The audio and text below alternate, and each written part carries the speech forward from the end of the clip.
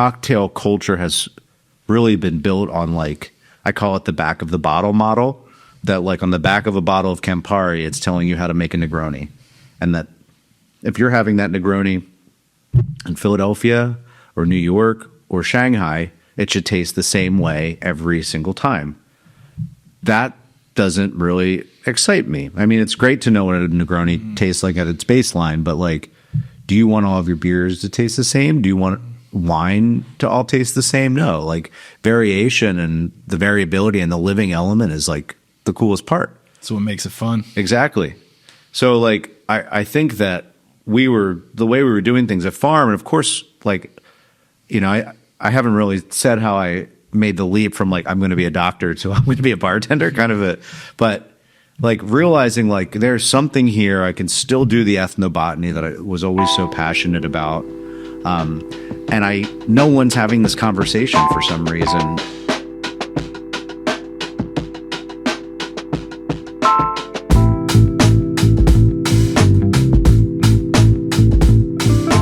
Welcome back to Brew Dad Podcast. I'm your host, Richie Tevlin, joined tonight by Dave Argust from Beermill. Welcome back. Evan is out tonight, but thank you for joining us. And tonight we have on James Beard Award-winning author of Slow Drinks, Danny Childs. What's up? Happy to be here. Thank you for coming on. So we had you on today to talk about your book and kind of learn who you were, and you brought in a Tonewood beer that you made a sour saison. What is it? Is it Slow Saison? Slow Saison. Yes. We're the beer podcast, and somehow I didn't even know that you did beer. So very excited to try that. Should we drink this later on? Should we bust it open now and start talking? Let's bust it open. Let's bust it open now. Yeah, I like that. And then we'll get into it.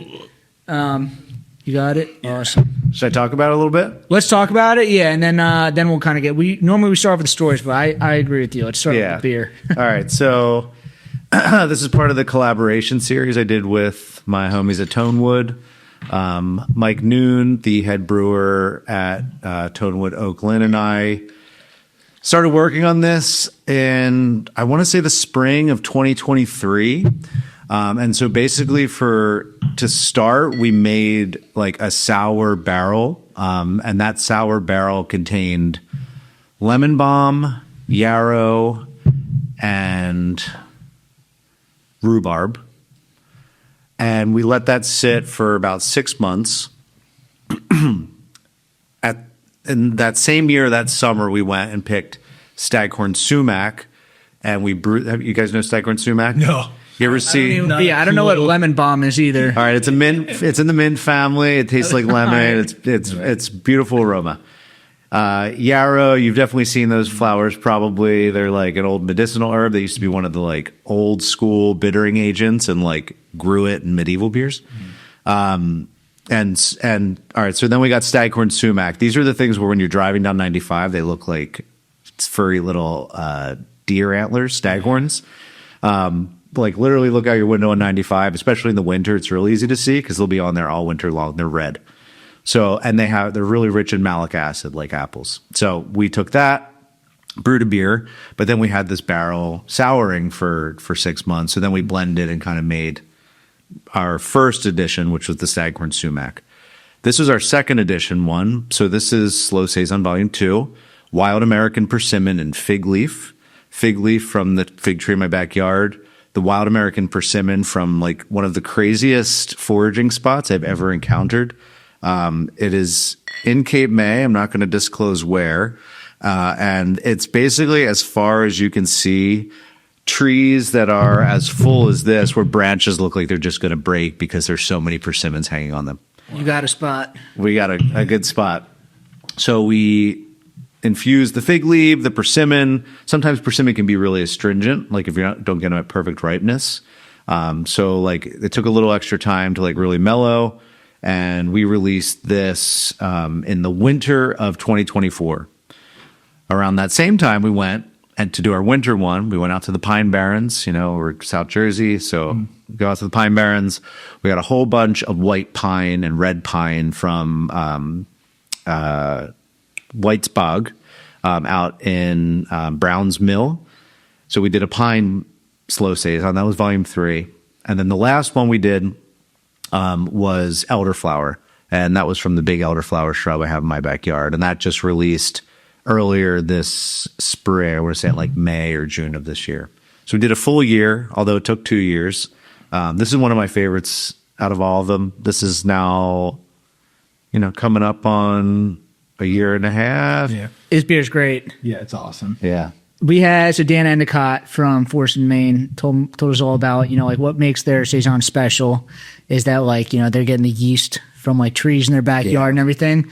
And I know you're the foraging guy, but the fact that you were there's all these flavors in here that are great. And you're we forage for these. Yeah. So they're even more special. Yeah. That's always kind of been at the heart of what I do with slow drinks and how I approach, mixed drinks or non-alcoholic drinks or whatever. And a lot of that has to do with fermentation and stuff. But Mike and Eli and Chris from Tonewood were like, hey, we think that we could really do a really cool series with you. Kind of exploring some of these ingredients that are available here and, hidden in plain sight, for lack of a better phrase. I like hidden in plain sight because when I walk around, it just looks like there's trees and bushes. Totally. I don't know where you're finding this stuff, but it all kind of looks the same to me. I guess, not to just stop talking about the beer, but could we talk about kind of your background? Yeah. Because I don't know how you got into this stuff and how you're such an expert on this. You said you're from Delco? I'm from Delco originally. Not super known for its plant life and botanical scene. I was born in Lansdowne. I grew up in Clifton Heights. And when my mom married my stepdad, we moved over to South Jersey to a town called Marlton, which is kind of on the edge of the Pine Barrens, but also it's like Pine Barrens meets deciduous forest. So it's kind of this cool in between. And I went to high school there. So from there, I ended up going to University of Delaware. Originally went for pre-med, but I always was really interested in plant medicine. And so I always wanted to travel and study how indigenous groups use plants for medicine. So while I was there in my sophomore year, I learned about the field of anthropology. I'd never heard of that in high school, which is basically the study of humans. But there's this subset in anthropology called ethnobotany. And ethnobotany is just very broadly how people use plants. And so that could be how they use plants for medicine, for technology, material culture, food, or beverage, right? So I lived in South America and did field work in South America over the course of a few years. I worked with a group in the Amazon called the Shipibo. I worked with a group in northern Patagonia called the Mapuche, and a group in the Atacama Desert in the northern part of Chile, kind of on the border with Bolivia, called the Atacameños or Licanantay. And with each of these groups, I lived with them. I studied with their shamans or medicine men and women, or even just at-home healers to say, when you have a cough, what do you take? How do you prepare it? When your stomach hurts, there's also this whole other element of illness and disease there, which is spiritual. So the shaman is sort of this herbal practitioner, but also this a therapist and battling bad spirits in the cosmos and taking hallucinogens to go confront them and sing songs. So it's a whole worldview that's very different than how we view health and wellness. But in that also seeing how they extract plants, whether that's through fermentation or infusion or boiling things down and making a decoction or rubbing it on their skin, whatever. And of course, drank really cool things and ate really cool things and saw things that were just so foreign to me at the time. And why down there? Is it just more common down there to use plants like this? Yeah, in my mind then, and still this is true, I always thought that to study ethnobotany, you need to go to a place where the connection between people and the plants around them is still very strong, which it has been for almost all of human history until just a few generations ago, right? Mm-hmm. And so I go down there and, especially these are three very different environments, right? The wettest rainforest in the world, the driest desert in the world, and then a temperate zone. And so seeing how they adapt and work with their environments, the plants they use, but ultimately they're all curing the same ailments that we all have. So my goal was always to continue in academia and go for an MD, PhD joint program where I would do medical anthropology and be able to practice for these in South America. Is that even a thing? Like, I feel like the U.S. medical MD programs are like anti-plant medicine. They largely are, although so many of the medicines that are used in Western medicine come from plants. Okay. And there's a number of examples of that. But, some people that I really admired, professionals, academics, did the same thing. And they're able to establish these like intercultural health practices where you go down, you're armed with Western biomedical knowledge, but you're also learning all of the medicinal practices of the group, and you're able to treat them more depending on the patient, the sickness, because again, disease isn't just biological, it's spiritual as well with them. So like what determines if a patient wants to see a doctor or see a shaman, right? So you kind of give them all options. So I come home, I take my like MCATs to start applying for med school, and this opportunity arises to live and work on a farm in my hometown in Marlton, on the border of Marlton and Medford, where I actually like worked when I was a kid. I worked there in high school, and I was really good friends with the family. And I'm living there.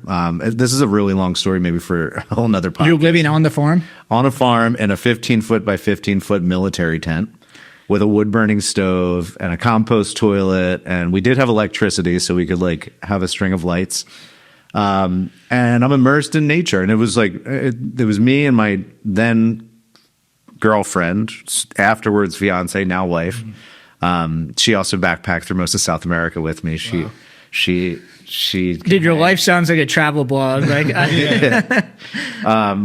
and so like we're living immersed in nature, right? Like we moved in September. In South Jersey. In South Jersey on a 200-acre farm. Do you think that going down to South America and viewing things that like are outside of your normal world view, do you think that helped you when you came back? Totally. Kind of looking at South Jersey a little bit differently? 100%. I was like, I just traversed from Patagonia to Central America, like by camping and hitchhiking and taking boats and buses and like any way possible. And like, if I could do that, I can do this. It was hard. It was hard. Can I curse? Yeah. It was hard as fuck. It was so, the farm was so difficult. It turned out to be like the coldest winter in 37 years. You were like 22, 23 then? This was like 20, hold on, let me do a little math. 2014 into 2015. So I'm like 25 going on 26. Mm-hmm. And actually I moved in on my 25th birthday. That was our first day there, September 1st. And it was great in September. Yeah. Then early October, like right around now, like it's starting to get a little fucking cold. Yeah. It was a tent, right? So like this nor'easter that just came through, I was just telling my friend this, like these would be nights where like I couldn't sleep because the roof is just like, I'm like, is this tent going to fly away across the farm? Like, and we're living out there immersed in nature. I'm like starting to get into foraging a little bit, learning how to farm. And I'm like, what kind of things were you farming out there? So originally the farm was like an agro-tourism farm. So like for years, generations, they grew Christmas trees and pumpkins. But there was a lot of space that wasn't used. And so our goal was like, we can plant like fruit, and we can plant vegetables and herbs, and like we can feed our community here, and we sunk all of our savings into this tent. And I was like, I had always worked in hospitality from high school and college and South America. And I was like, I think that I'm going to go look for a job. And there was a place called the Farm Fisherman about 15 minutes away. And I was like, I knew nothing about them except that they had the word farm in their name. And I was like, maybe they'll buy our produce. So I go in there for like what I'm hoping is just a part-time job until we really settle into farming. And it was just, I'd never been in a restaurant like that before, where like the farmers, the ingredients, the technique was the centerpiece of everything. And like service was very approachable, but very professional. And it just was, I was just enamored by the whole thing. And like I had certainly eaten at good restaurants, like traveling. And I was, this is like when Anthony Bourdain was kind of coming on my radar. And Mind of a Chef and Chef's Table had just come out. I'm like, this is really interesting. Like, I don't know much about this world, but there was something kind of drawing me to it. And I'm on the farm and I'm like realizing like, hey, there's ethnobotany all around me here. I don't know why I always felt like I had to be in the Amazon to experience that, So like I'm learning, I'm watching the cycles of the seasons and plants come alive in the spring and flowers blooming, and I got my foraging book and my phone app, and I'm like, what is this? What is this? Wow, this smells really good. How have people used this in the past? Oh my God, it's edible. That's cool. And it's kind of coalescing at this time where like my trajectory at the Farm and Fisherman, they were like sort of pushing me a little bit to the bar because they were seeing that with surplus and bounty, I was starting to like preserve, whether that was like pickling or jamming or fermenting or putting a whole bunch of ingredients in vodka and seeing what kind of liqueur I can make. The Farm and the Fisherman, is that all farm to table stuff? Yeah. Like they were already used to kind of what you were doing. And like real deal. I mean, like bringing in, hundreds, if not thousands of pounds of produce every week from farmers. Like I see. Definitely still around right now. It is. Yeah. I think they're 12 years old at this point, and they're on Route 70 in Cherry Hill, New Jersey. Super easy to drive past, but it is a great, great tavern. And I still, I haven't worked there now for 2 years, but I still frequent it all the time. Nice. I love it. So all this kind of coalesces, and they're like, you should work behind the bar. Things didn't work out at that farm we were working on. So I switched from full-time farmer to part-time restaurant person. And I kind of swapped to like full-time restaurant person, part-time farmer. So I started working with Jack at Urban Roots Farm, and I was working with Teddy at Plowshare Farms, and so I'm kind of like just starting to get into the bar. I convinced them to let me build a real big garden behind the restaurant, and that sort of became what we built our bar program off of. But I was still doing a lot of foraging. We were still sourcing a ton from farmers, and it was like, I always kind of say like early on, I realized I can't just make syrups out of everything. There has to be different things that I can do with the materials and ingredients that we were bringing in. And so I just started to like explore all these different methods of preservation. Whether that my backpack's out there, but I have like a little card. I was taught a class on this today, but I have a card of like all the different directions you can go with one ingredient. And we started to build our bar program around that. Whether we're making liqueurs all year, we're fermenting our own sodas, our own kombuchas, our own lacto ferments, and building this like very botanical, process-driven program at a very high volume place. I think a lot of people when they hear slow drinks are like, oh, this must be like some boutique little 10-seat bar. But I have a question about this because I've heard you talk in the past about this is putting the emphasis more on the ingredients, not just like higher end liquors. Yes. And you can save money that way because, you're literally foraging. Yep. It's free besides just you picking it up off a plant or off the ground or whatever. But I mean, are you able to do that like on a commercial level? Like how much work does it take? Like, can a normal restaurant even do this? Or is it like, you're pretty much someone like you needs to be there full time to manage this? Yeah. Like by the end of my time there, which I was there almost 10 years, by the end of my time there, we had like basically a designated bar prep cook. Okay. And so it is definitely, there's labor that goes into it, but a lot of that overhead is taken out by not like needing to order, from a purveyor or a farmer. It's probably part of the sell too. Probably a lot of people are coming in because you're doing stuff differently. Totally. And yeah, the focal point of the drink becomes almost the ingredient, not the spirit, which is like... And that's way cooler. It's actually unique then. It's not just everybody in the world can do this. Yeah. Totally. If they just like, if everyone's buying the same high-end liquor, like what makes this special then? Right. And I think that cocktail culture has really been built on like, I call it the back of the bottle model, that like on the back of a bottle of Campari, it's telling you how to make a Negroni. And that if you're having that Negroni in Philadelphia or New York or Shanghai, it should taste the same way every single time. That doesn't really excite me. It's great to know what a Negroni tastes like at its baseline, but like, do you want all of your beers to taste the same? Do you want wine to all taste the same? No, like variation and the variability and the living element is like the coolest part. That's what makes it fun. Exactly. So like I think that the way we were doing things at Farm, and of course, like, you know, I haven't really said how I made the leap from like I'm going to be a doctor to I'm going to be a bartender, kind of but like realizing like there's something here. I can still do the ethnobotany that I was always so passionate about. And no one's having this conversation for some reason. And the few places that were like, you know, a bar in London, a bar in Melbourne, like, you know, a bar or two in the US. But it's like nobody was really like focusing on the botanical side of things. What I don't know much about cocktails, to be honest. Was there like a cocktail revolution in the past? Like kind of how like there was the craft revolution? Yeah. Was it kind of at some point like everyone started doing this, or? So, you know, pre-prohibition is the golden age, right? And then prohibition happens and all the great bartender, you know, bartending is an American craft, right? It was born here on American soil, which is really cool. But after prohibition was enacted here, all of these great American bartenders went elsewhere. They went to Cuba, they went to South America, they went to Europe. And we were kind of left without much talent here. And, you know, when we think of like how people drank in the years after prohibition, so like in the 30s, 40s, 50s, it was still some semblance of, you know, old fashions. Think of like Mad Men or Manhattans, like some classic cocktails like that. But the like craft of bartending vanished. And really like in the 60s, 70s, 80s, 90s, like that's what everybody kind of calls the dark ages, right?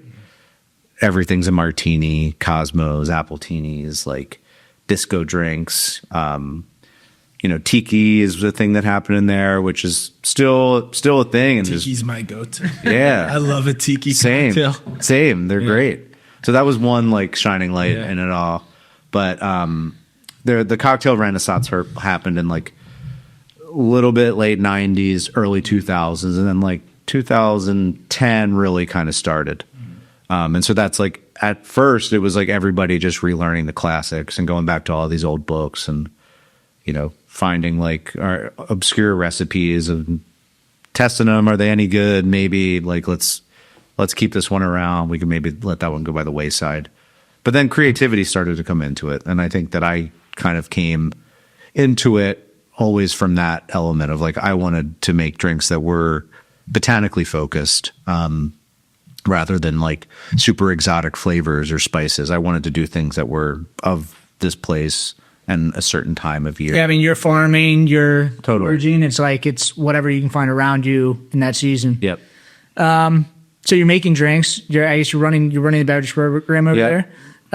When did you start writing? I mean, you're an amazing writer. Has that always been a part of what you do? I wrote a very long thesis in college that my advisors joked was the longest thesis in University of Delaware history. Was that if for undergrad you had to do a thesis? For what I did, like undergrad. We were studying in undergrad. I found this great loophole at UDel called the interdepartmental major, where I could like basically build my course load to what I was interested in. So it was biology, but like focused on pre-med. Anthropology, focused on South American ethnology, but also like ethnobotany, plant science, and Spanish. So I just kind of piecemealed a curriculum together. That's pretty cool. And I wrote Much better than mine. Yeah, C-level management degree. Communication studies. Well, you're using your communication studies. So yeah, I pieced together the curriculum, and I write a very long thesis on the groups that I worked with, the plants that I collected, their whole like worldview of shamanism and religion, and my lab results. You know, I tested these plants in a lab for a long time, and I really enjoyed that process. It was really hard, but like I was so proud of it. I really got into it. So in like 2017, as I'm like trying to think about drinks this way, I'm like, I'm just going to start a Google Doc, and I don't know what this will become, but I think there's something percolating. And the first bit of attention that our bar program ever got at Farm and Fisherman was from a writer named Jen Hall at Edible Jersey. She did this little like write up on my wife and I, And What is your wife? Your wife is involved with this stuff also. so she was at that time a florist. Okay. She's an artist. She understands aesthetics and composition and color and design and all of those things. She we met at a restaurant. We worked at Catherine Rooney's Irish Pub at University of Delaware. But she's never bartended or anything like that. So like all of the visual side and branding side of Slow Drinks is Katie. And she's always, we've always been a team, whether that's backpacking or living in the tent or whatever. And, Jen comes over and interviews us. She's like, I think there's a book somewhere here. And I said, I think so too. I just I don't know what to do. I don't know how to do it. So she says, let me talk to my editor. Maybe you can write for Edible Jersey. So in 2018, I published my first edible article.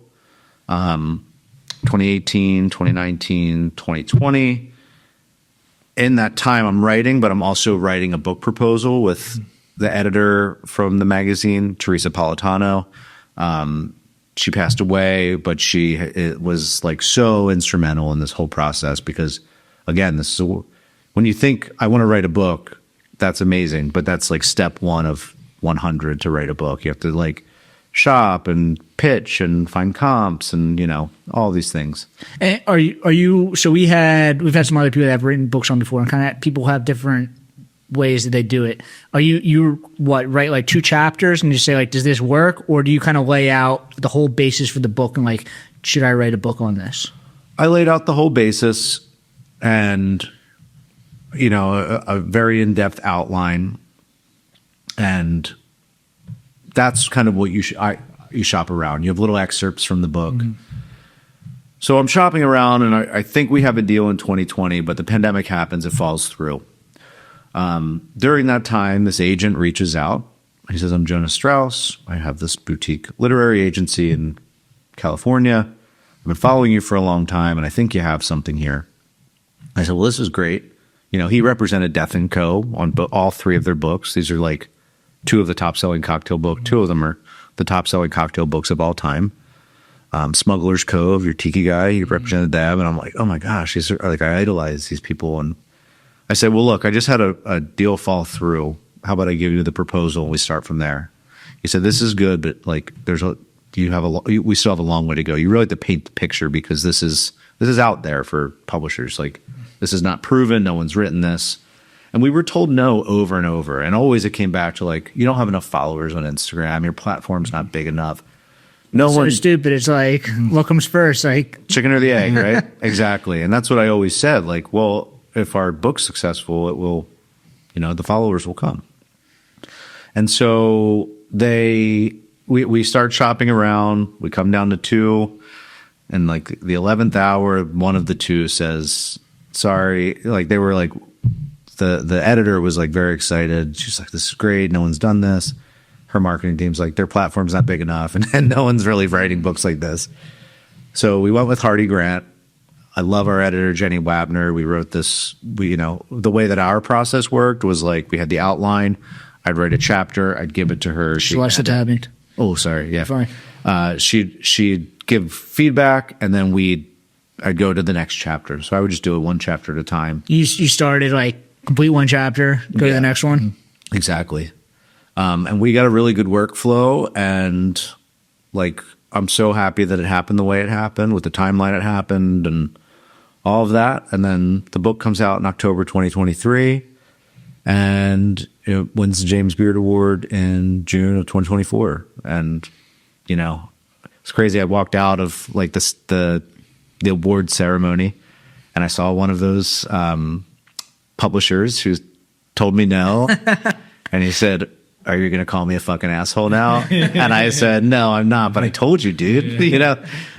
So I'll send your book if you want. Yeah. You also have a very clean Instagram. It's very aesthetically pleasing. Thank you. Going through it today. That's all Katie. Yeah. Okay. That's all Katie. I was thinking it was. When you were saying that, I was like, the pictures are really clean and it all kind of blends together. So it looks good. Yeah. Hey, brewery or small business owner, are you tired of navigating complex brewery accounting and taxes on your own? Staying up late working on financials and getting your finances in order after a whole workday? At the Beer Accountant, they understand the unique financial challenges of the craft brewing industry. They're a CPA dedicated to helping breweries like yours thrive, with services ranging from qualified bookkeeping, business tax prep, to strategic financial planning.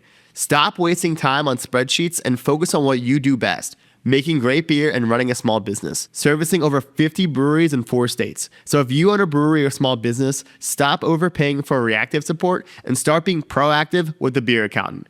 Don't brew that IPA without this CPA. Visit beeraccountant.com to learn how their specialized expertise can help your brewery grow, profit, and succeed. Yeah. So, like, the Slow Drinks brand is kind of you and Katie. Is that what the original article was about? Like, kind of like you guys creating this revolution that was, local foraging and kind of doing stuff your own way? The original article was called In the Kitchen, and it was a cool thing. It was like basically looking at the state of New Jersey and finding a chef or bartender or brewer and going to their home kitchen and like examining what they do.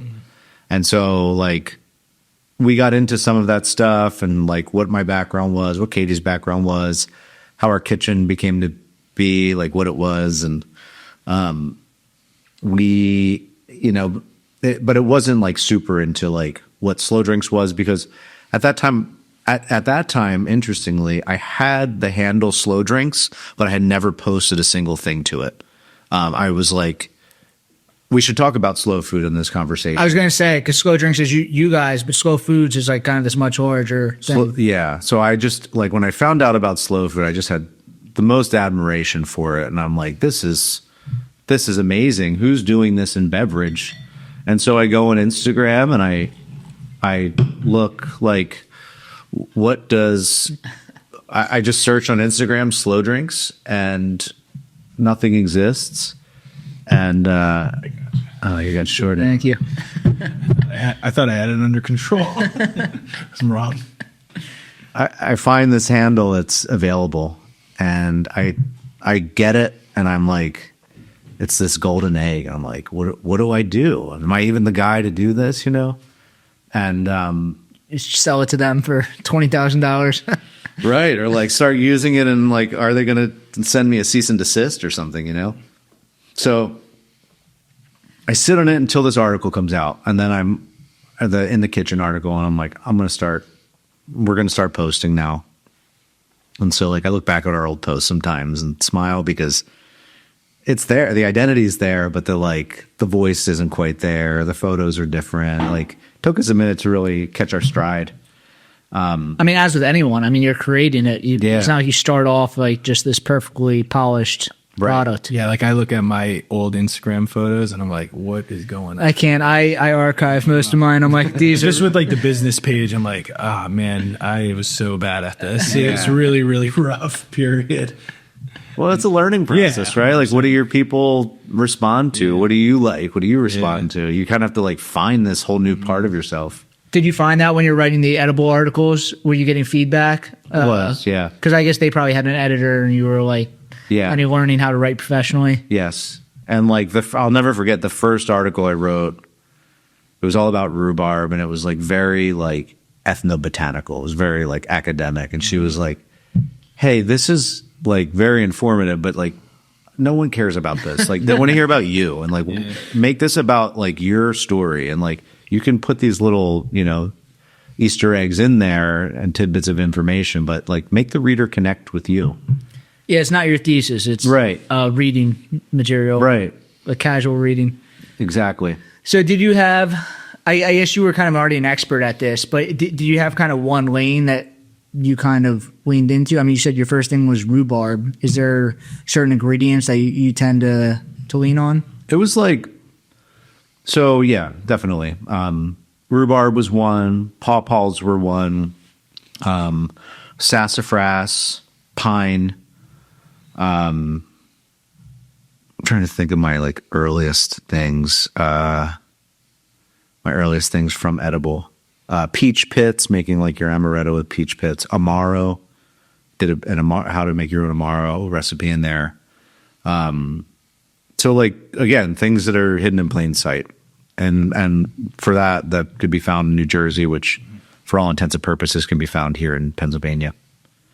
But I always like what interested me with slow food was just a quick overview of slow food. Started in Italy in the mid 1980s. Student activist Carlo Petrini, basically in protest of the first McDonald's being built, and him and his buddies basically were like, "Fuck fast food. We have the opposite here in Italy. We have slow food. We have farmers who grow the ingredients adapted to grow here. We have techniques in the kitchens and and in our culture to like change them, make them nutritious for us, to preserve them. We don't want these burgers from the US. Like, that's antithetical to who we are." And it strikes a chord, and it strikes a chord throughout Europe. Comes to the US with like Alice Waters and Chez Panisse and California in the 80s. And now it's this international organization that I often liken to the United Nations of food. It's in 160 countries, over 2,000 communities. They have all these different subsets. They have slow fish, slow meat, slow cheese, slow grains, slow beans, like all kinds of different things. And they have this one called the Arc of Taste. The Arc of Taste so that was how I started working with slow food. I'm a committee member on the Northeast and New England Arc of Taste. And it's in most of those 160 countries, but it basically identifies and champions at-risk, endangered, and underappreciated foods. So that could be like a certain heirloom fruit or tomato, or like a type of livestock that was raised for a long time but has kind of gone out of favor, or a certain fish, or a grain, But it also could be a process, or it can be like a product, like Berliner Weiss. I was just in Germany last week. Berliner Weiss is on the German Arc of Taste. I was in Germany last week, or the 21st. I was in Munich for Oktoberfest. Damn, we just missed each other. Yeah, right? Did you have any Berliner Weiss? No. I didn't drink a single one. It's just strictly Oktoberfest. Love that. Yeah. So it attracted me from like the ethnobotanical standpoint of like, this is this catalog of biodiversity and things that people have used in food and drink for a long time. Mm-hmm. But I realized like really the conversations around beverage and slow food just weren't really happening. Slow wine has always been important. Slow wine was, I think, officially founded like 10, 15 years ago. But, from Carlo Petrini's original manifesto from the 80s, wine was always very important. Coffee in the last 5 years have become important. So the Slow Coffee Coalition. Beer, there was a moment in the U.S. and Mexico where they're really trying to form this like slow beer coalition. Cider a little bit, but spirits, mixed drinks, like cocktails, non-alc, other types of ferments that defy the categories of beer and wine, they just weren't really being talked about. How did that, like you grabbed the handle Slow Drinks before you started talking to them? Did you start posting on there and like you had enough content at some point, and you just like made the introduction like, hey, are you guys interested in partnering with this? Or did they kind of see you and approach you? So I learned about slow food when I read about this guy from South Jersey, Jeff Quattrone, who just published a book called The Iconic Jersey Tomato. He's a tomato aficionado, yeah. But he's a food activist and a seed saver, and he was setting up these like seed libraries. Really cool concept. You go check out seeds at the beginning of the season, grow your garden. You got to return seeds at the end of the season for other people. So I read about that he had found the seeds for the original Campbell soup tomato from Camden, New Jersey. Mm-hmm. Brought them back, grew them out, and he was harvesting them again after like decades or like almost a century of not being around. And I said, hey, I'm really trying to build a bar program with things similar to this at Farm Fisherman. Could you help me source seeds? Could you come talk to our staff? We're going to plant the garden. So we got all these really cool South Jersey and Philly heirlooms. Philadelphia at that time was the seed capital of the U.S. So why is that? Because Jersey was the garden state. And so okay. The city was here and the farms were there. Got it. And really fascinating. So William Mall and Sons was like the big ones. So that's like where like the long hot pepper came from, and really probably the first people bringing like.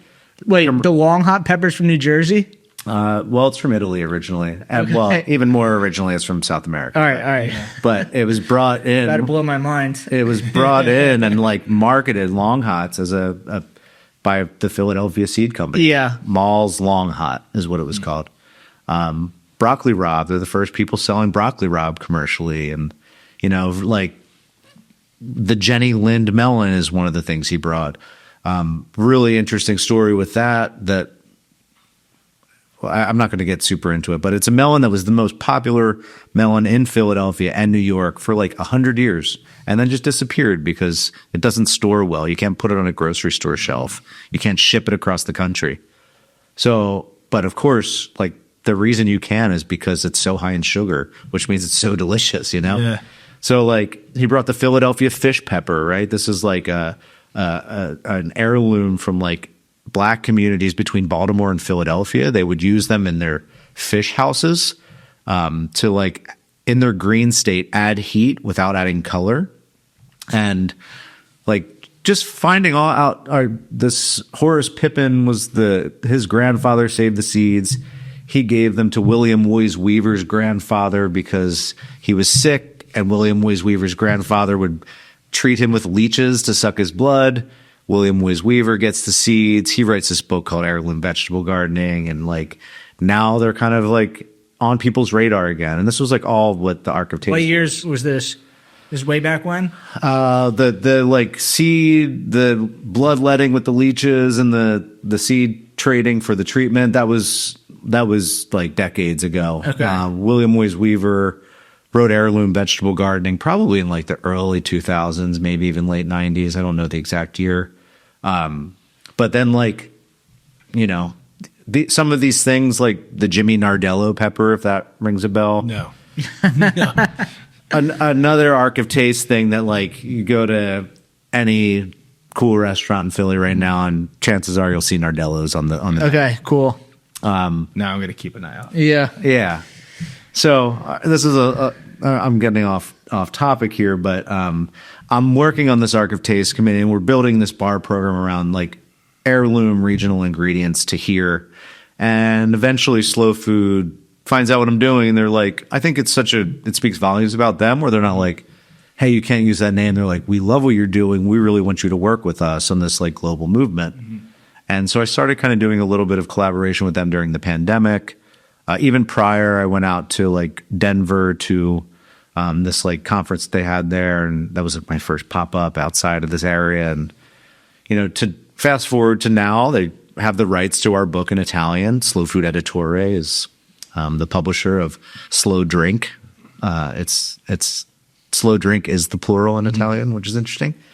But we're now forming this slow beverage initiative as like an entire umbrella category of its own, looking at coffee, tea, wine, sake, cider, beer. School year book kind of kickstarted, and like you writing the book kind of kickstarted like this whole, global kind of movement now that you're expanding to slow foods. That is has always been the dream, and like to be watching it happen right now is your book surreal. Is great, but do you think that's part of the reason why the award and like kind of all these accolades came so fast? Like, did they see the movement that you were doing behind the scenes, or is it just a product of the book itself? You know, I think that the James Beard Foundation is very good at looking at books that are pushing the needle, especially in a positive direction. And so when we're talking about things that are inherently promoting sustainability, biodiversity, local sourcing, fermentation, and really no other book in the category had been written like it. They could see that and say, this is new, this is important, this deserves this. You know, we were up for another award that year for Tales of the Cocktail, which is much more like conservative, I guess, and like what they award or what they like find merit in, I guess. And so like we lost that year to like a book on ice cube, like Clear Ice. Super, I'm a big fan of Clear Ice, but And like, no offense to Camper, like Camper's amazing. But I don't know. It's, Yeah, you don't need to say anything. yeah. So I really valued the James Beard Committee for doing that. And also the book that won the Beard Award in the same category this past year was another book by Jim Meehan and Emma Jansen and Bart Sasso called The Bartender's Pantry that was also very much focused on the same thing. Also, to go back to when we won in 24, another Philadelphian won.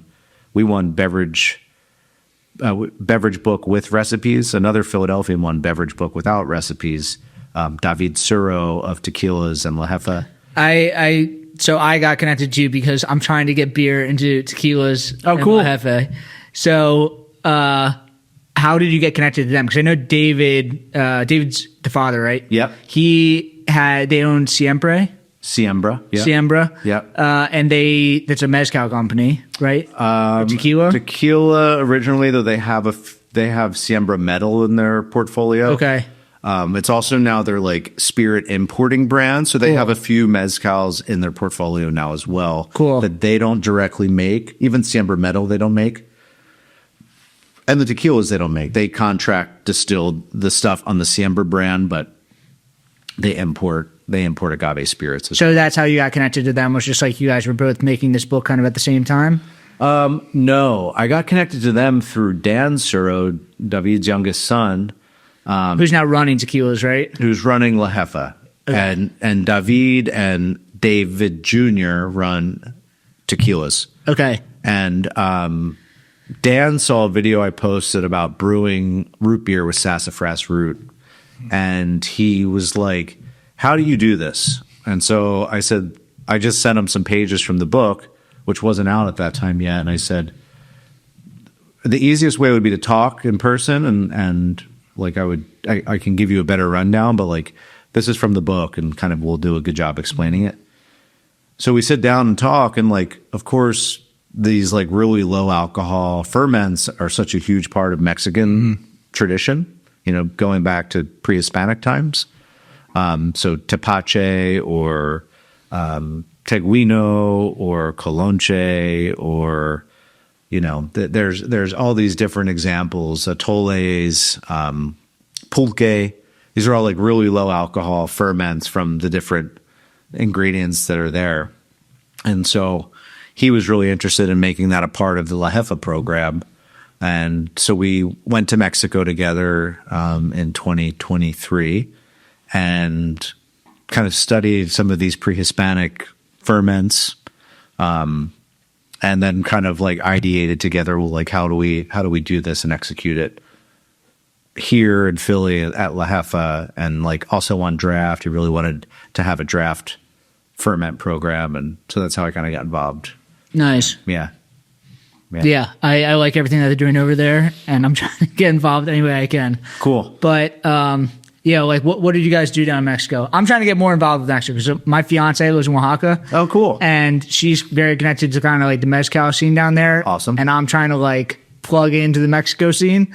So I'm interested in like what exactly you're doing in Mexico. Like, Yeah. where were you? So on that trip, we went to Jalisco. Okay. And we spent time in Guadalajara. And we went to the Highlands. Is that where their tequila's from? Yes, all tequila by definition from Jalisco. Guadalajara is the main city, the capital city of the state. Cool. Jalisco. And we went up to the highlands and we went down to the lowlands and we went mushroom foraging on the Tequila volcano. And we visited really small producers of mezcal up in the mountains. We visited this guy, Don Ramon, who was making like tuba. There's this like interchange between the Philippines and Mexico, unfortunately because of Spanish slavery. It's called the galleon trade. So a lot of like, still today, a lot of mezcal is produced in Filipino stills, which are wild. It's like a hollowed out tree trunk with a fire burning inside and a vat of a ferment, pulque basically, and then a condensation dish, and then a catching chamber. So like it's a very rudimentary form of distillation, but it's makes some of the most like interesting mezcals, like so full of character, and you just can't replicate that in an industrial setting. So we go down there and we're like studying these different ferments, tehuino, like I said, colonche, tuba, pulque, and then we're visiting producers of tequila, and we're visiting producers of mezcal, and then of course, like in my mind, I'm like, all right, well, how do we tell the story of Jalisco from a botanical perspective locally? So, like, what are things that we are seeing people use here and grow here, and what can we find that are either analogs, either identical species that grow well in the mid-Atlantic, or things that are in the same genus that grow well here. So we saw a lot of elderflower growing there, and certainly we have a lot of that growing here. We saw mezcal is like medicine, so we saw mezcals where they had like horehound or rue or wormwood infusing in there, or garlic, to like cure these different ailments. And you're like you're taking those and then putting them in the cocktails, then you're making out La Jefa. Yes, and we're like, well, how there's a specific chili pepper that grows there called the Yawalica that's like really important in Guadalajara. We can grow that here, and we can use that in our program. Even that Filipino still, it's usually done in like a parota tree. Do those mezcals, do they taste more woody? Like, is it like very distinct that's coming out of those? Certainly. I mean, like the one producer that they worked with, I'm drawing a blank on the name, Don Mateo. He's from Michoacan, and like he doesn't farm agave. He lets them grow wild in a pine forest. He burns them. He cooks them over pine wood. He ferments them in pine vats, and then he distills them in pine. Like, yeah, there's pine in every step of that process. That's cool. So yeah, then we just started like kind of thinking of like botanical analogs here, like that parota tree for the Filipinos still. That's the same family as like the locust trees that you see dropping their big bean pods all over the city. They're all kind of dropping right now. Mm-hmm. So like honey locust, that was really important to Native Americans here. They can get up to 80% sugar content in those pods, which is crazy. Wow. And so like, are you making fermentables with those? Totally. And that's how I first discovered them. Like, what smells like booze on my running trail? And I'm like, oh my God, it's these pods. Like, and then like a week or two later, I'm like, what smells like vinegar? It's the pods, because now they've oxidizing. Yeah.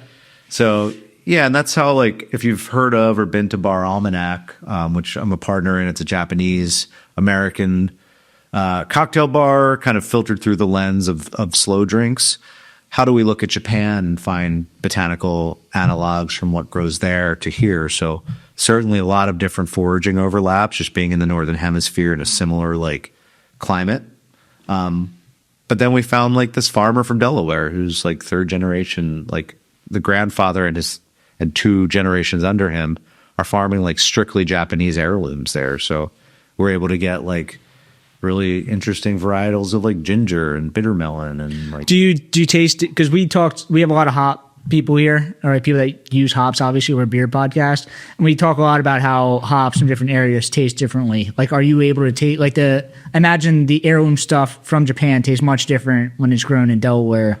Totally, stuff that's coming from Japan. Totally, and I don't know that it's better or worse. Just different. Just different, and certainly some things are more adapt to grow in their climate than other ones. You know, even here in the U.S., an heirloom from the Southeast that likes hot, humid, wet summers might not do as well here where it's not, you know, during a dry year or something like that. So certainly there's variation in terroir and whatever you're eating and consuming. And, you know, whatever you're preparing, you just need to, the good thing about mixed drinks is you're tinkering always until the very end, you know. Do you work with, I mean, you say foraging, do you ever work with like fungus or mushrooms or anything? Yeah, a little bit. It's not my specialty. It's like it gets so confusing. Totally. I think I'm more knowledgeable than many, but definitely not confident enough to like, I know what I feel comfortable harvesting. Yeah. Chanterelles, chicken of the woods, hen of the woods. I feel like a lot of that oysters. stuff is more food based almost. Yeah. I mean, there certainly, I use mushrooms in drinks too. But I'm not like spore printing to make sure that like this bolete is safe versus that one. But yeah, well, I mean, it has flavor and it grows around here. I'm interested in it always. Yeah. Do you have like I've seen you do like a lot of, I don't even know what you call them, collaborations, but you're working with other bars and there's other, like a crafty bartender in Philly. Like there's other people that are like, have made them names out of themselves as bartenders or Sure. like liquor forward, I guess, people. Yeah. Do you have like an identity as far as like when you do these collaborations? Are there certain drinks that you go after or certain ingredients that kind of like people are going out and like they're following you around and they're, you know, looking for you to use certain things?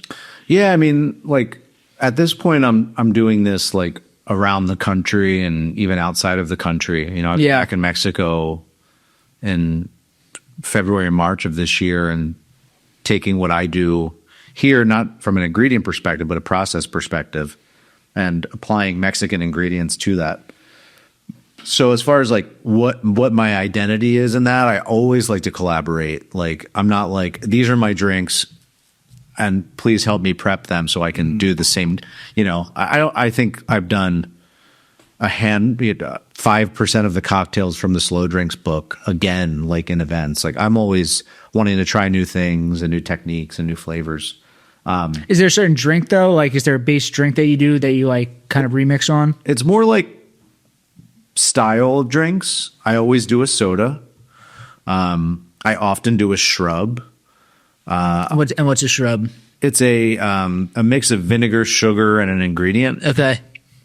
So like if it was like persimmon, sugar, and white balsamic or something like that. Okay. I often do a liqueur of some sort or an amaro. And then, you know, there's other things that I do as well. Lacto ferment, I do a lot. That's something like sauerkraut and kimchi are the most common examples, but you can lacto ferment anything. And then I say, okay, well, like we should do a tall drink with the soda, some sort of highball or mule or something. The sprit or the shrub, maybe we do a spritz, maybe we do a sour. We've got the lacto ferment. That's a little salty, a little funky. That could be used in a lot of different ways, but maybe a martini is really good with that. You know, kind of like the liqueur, let's do something stronger, like an old fashioned or Manhattan with that. So like, I always like something long, strong, and sour, and then maybe like a variable from there. And are you actually getting behind the bar and making these? I mean, you said you're going down to Mexico. Whenever I go down there, there's bartender collaborations everywhere. Mm-hmm. It's every bar is a cocktail bar, and they're always having like guest bartenders. Yeah. It's like a rotation of like bars just sharing their bartenders. Are you actually sitting there making all these drinks, or you kind of make the program and then you kind of act as the host for the night? It can go either way. Sometimes I'm behind the bar, and sometimes I'm there signing books and talking to people, and you know, kind of being like a host. Cool. If it's a menu that we curate, I have no problem being back there and making drinks. If it's super crazy and people are calling for like the house's cocktails, my only rule is like, just don't make me ring shit in the computer. Like, give me a guy to take care of that, and I can make all the drinks. But I'm not behind the stick as much as I used to be, certainly. But I still really enjoy it when I get to. Cool. Awesome. Yeah, I guess you said so. We're running out of time, but you work with Tonewood, but you said you also work with the seed. Yes. Can you talk a little bit about that? Yeah, we did a collaboration in, I think, 2023. And we did 2 releases. It was just for their beer club.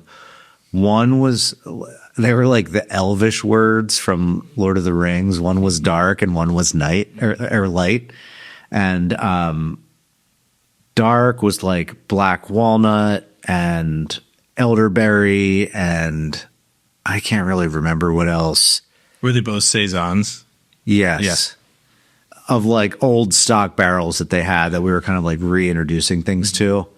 And I know Light had fig leaf in it, I think. What the hell else? I don't know. It was a long time ago. We've talked with a couple people recently, and I've talked on some other podcasts and stuff. I think craft beer is kind of at this inflection point right now. Like there's a lot of things happening, and everyone talks about year of the lager. Like there's a lot more lagers out right now. I think I love craft lagers. At some point, it's kind of a race towards zero. Like craft beer is really like the premium beer segment. You have to add value back to the customer. How you do that?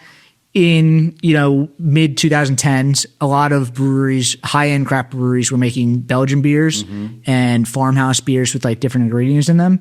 And I think that is a great way for craft breweries to kind of make new things that are not just another hazy IPA and add value back into things. And I think that like somebody like you and something that like what you guys stepped on with Tonewood and the Seed are like a great way for a brewery to kind of like reinvent themselves and kind of like keep pushing craft beer forwards.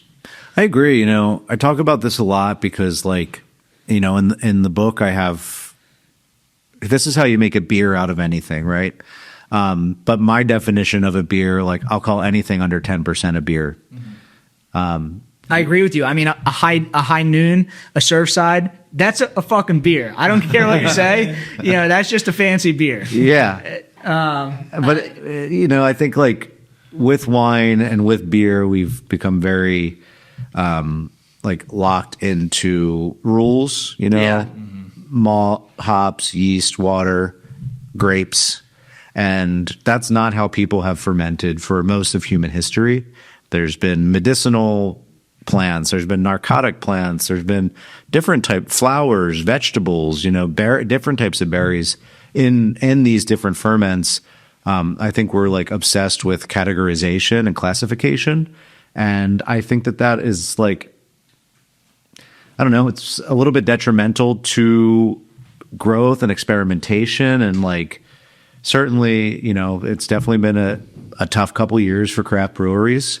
Something that maybe is new and brings in new customers and clientele and people, I think would be good for both the clientele and the breweries themselves.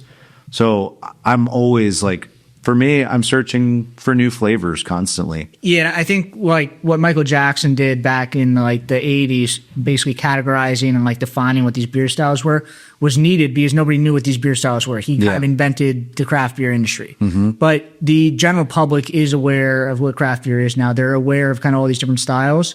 So what we use these, restrictions to kind of build the industry by defining these things. Yeah. We don't need, it's now a detriment, like we said, a detriment to us. And like we've seen now, like GABF, I would love to see how many people entered beers this year, but I imagine it's way down from the year before. Sure. Probably because, it's not just like the awards are less important, but people are finding like less value in kind of these stringent rules of like what is specific beers. Yeah. I mean, it's like what I said with what cocktails were, the back of the bottle model, right? Yeah. Yeah. Like you have these rules and regulations for how to make a cocktail, but I think that the cocktail world has kind of gotten past that. Yeah. We're like, all right, we all know how a good lager should taste, right? Yeah.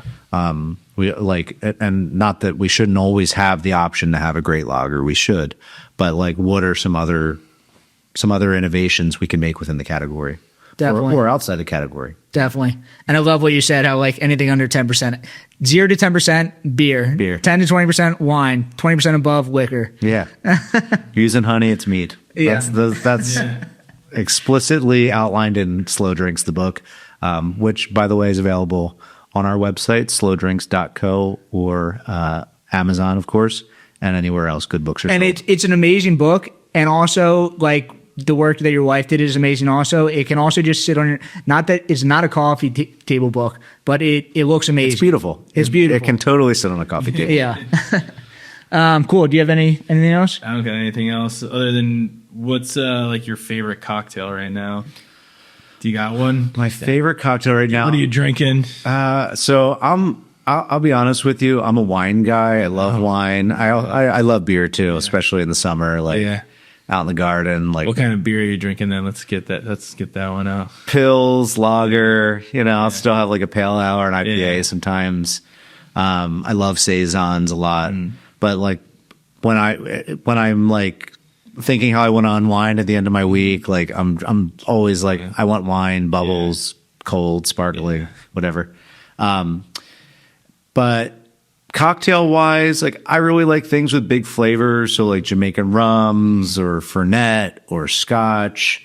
Depending on the year, like a lot, like in the summer, I love a gin and tonic. Negroni and Boulevardier are always like standbys for me because, you know, I'm not really making elaborate cocktails at home. It's like, you know, Simple. yeah. Like how many brewers or like winemakers I know that are like, I just want a Coors Light. Yeah. And chefs go home, they're like, yeah, I'm eating like mac and cheese. Yeah, totally. Yeah. It's good to know that I've got a great bar at home, and I'll make things that are easy, but that I know will be delicious. Yeah. Nice. Awesome.